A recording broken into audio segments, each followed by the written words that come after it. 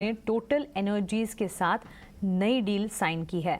Adani new industries में total energies 25% हिस्सा खरीदने जा रही है। पूरी खबर क्या है, इस खबर के मायने क्या है, एक बार सौमित से समझ लेते हैं। Saumit, good afternoon. बताएं इस पूरी डील से जुड़ी जानकारी क्या है और इसकी इंपॉर्टेंस कैसे समझनी है। तो अगर आप देखेंगे तो टोटल ग्रुप है वो करीब 25% स्टेक खरीदने वाली है अडानी एंटरप्राइजेस की एक Holi own subsidiary Adani new industries limited में। अब ये जो स्टेक टोटल ग्रुप खरीद रहा है वो अडानी एंटरप्राइजेस से खरीद रहा है। मतलब इसका मतलब ये हो गया कि अडानी एंटरप्राइजेस में कुछ तरह का फंड इन्फ्यूजन होगा। वो कितना फंड इन्फ्यूजन होगा वो अब तक कंपनी ने डिस्क्लोज नहीं किया है, बट ये 25% स्टेक है। क्या वैल्यूएशन पे जा रहा है ये अब तक कंपनी ने डिस्क्लोज नहीं किया, तो ये डिस्क्लोजर आना अभी तक बाकी है, तो ये ट्रैक करना होगा। उसी के साथ कंपनी ने ये भी कहा है कि अडानी न्यू इंडस्ट्रीज जो है उसका एक काफ़ी एम्बिशियस कैपिटल एक्सपेंडिचर प्लान है। वो एक्सपेक्ट कर रहे हैं कि करीब $50 बिलियन वो इन्वेस्ट करने वाले हैं green energy, green hydrogen ecosystem में अगले 10 साल के लिए।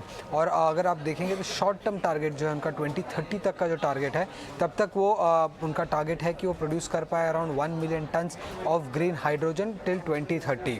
अब अगर आप देखेंगे तो रिसेंटली अडानी एंटरप्राइजेस ने IHC कैपिटल से भी करीब 7,700 करोड़ रेज किए थे 3.5% स्टेक के लिए। तो ये लगभग एक second kind of fund infusion आ रहा है कंपनी में। उसके अलावा अगर हम देखेंगे तो टोटल ग्रुप के साथ अडानी ग्रुप का काफ़ी टाइम से लॉन्ग टर्म पार्टनरशिप रहा है। अडानी टोटल गैस में टोटल ग्रुप ने 37.4% स्टेक एक्वायर किया था।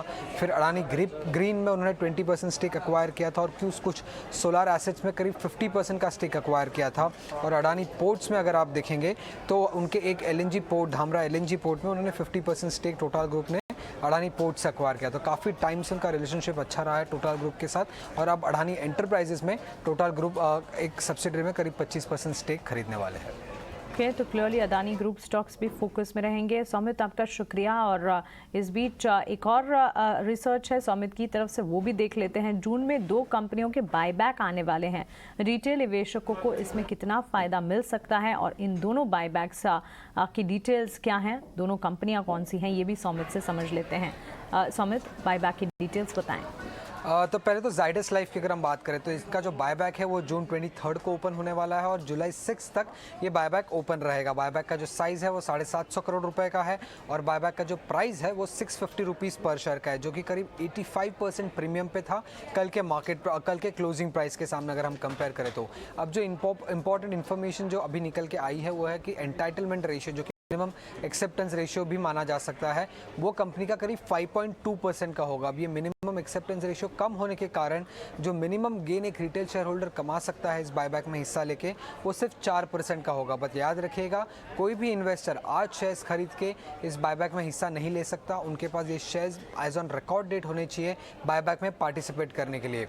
दूसरा जो कंपनी का बायबैक का डेट अनाउंस हुआ है वो है मोतीलाल ओसवाल। अब उसके बायबैक के डेट्स अगर हम देखें तो जून 24 को ये बायबैक ओपन होगा और जुलाई 7 तक चलेगा। बायबैक का साइज 160 करोड़ का है और बायबैक प्राइस जो है वो 1100 रुपीज़ का है, जो कि करीब 44% प्रीमियम पे थे कल के क्लोजिंग प्राइस के सामने। अब एंटाइटलमेंट रेशियो अगर मोतीलाल के केस में अगर हम देखेंगे तो वो हायर है अराउंड 9.2% के सामने।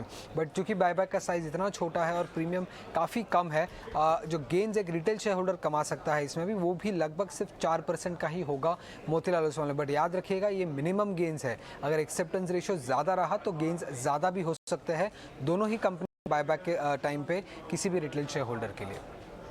तो बहुत इंपॉर्टेंट रिसर्च आप बता रहे हैं और शुक्रिया आपका। मोतीलाल ओसवाल, जाइडस लाइफ दोनों के बायबैक से जुड़ी खबरें आपके सामने हमने रखी और एक्सेप्टेंस रेशियो के लिहाज से समझ आएगा कि कितना एक तरह से रिटर्न रिटेल इन्वेस्टर को मिलता हुआ दिखेगा। हालांकि रिसर्च ये कह रही कि करीब 4% के रिटर्न्स देखने को मिलेंगे, लेकिन अगर एक्सेप्टेंस रेशियो बढ़कर आता है तो फिर यहाँ पर रिटेल निवेशकों का जो रिटर्न है वो भी बढ़ता हुआ दिख सकता है। जाइडस लाइफ पर एक बार मानस आपकी राय जानना चाहूँगी करंट लेवल्स पर। इनफैक्ट दोनों स्टॉक्स पर राय दीजिए, क्योंकि जाइडस और मोतीलाल ओसवाल दोनों में ही हम देख रहे हैं मोतीलाल ओसवाल 1.5% की तेजी दिखा रहा है और जाइडस में भी आधे % की अप मूव है। देखिए, जाइडस में जरूर आज कुछ पुल बैक देखने को मिला है, लेकिन अगर हम स्टॉक के ट्रेंड की बात करें तो ट्रेंड वीक लगता है। स्टॉक में काफी स्ट्रॉन्ग रेजिस्टेंस दिखता है ऊपर के साइड पे 360 से लेकर 365 की रेंज में।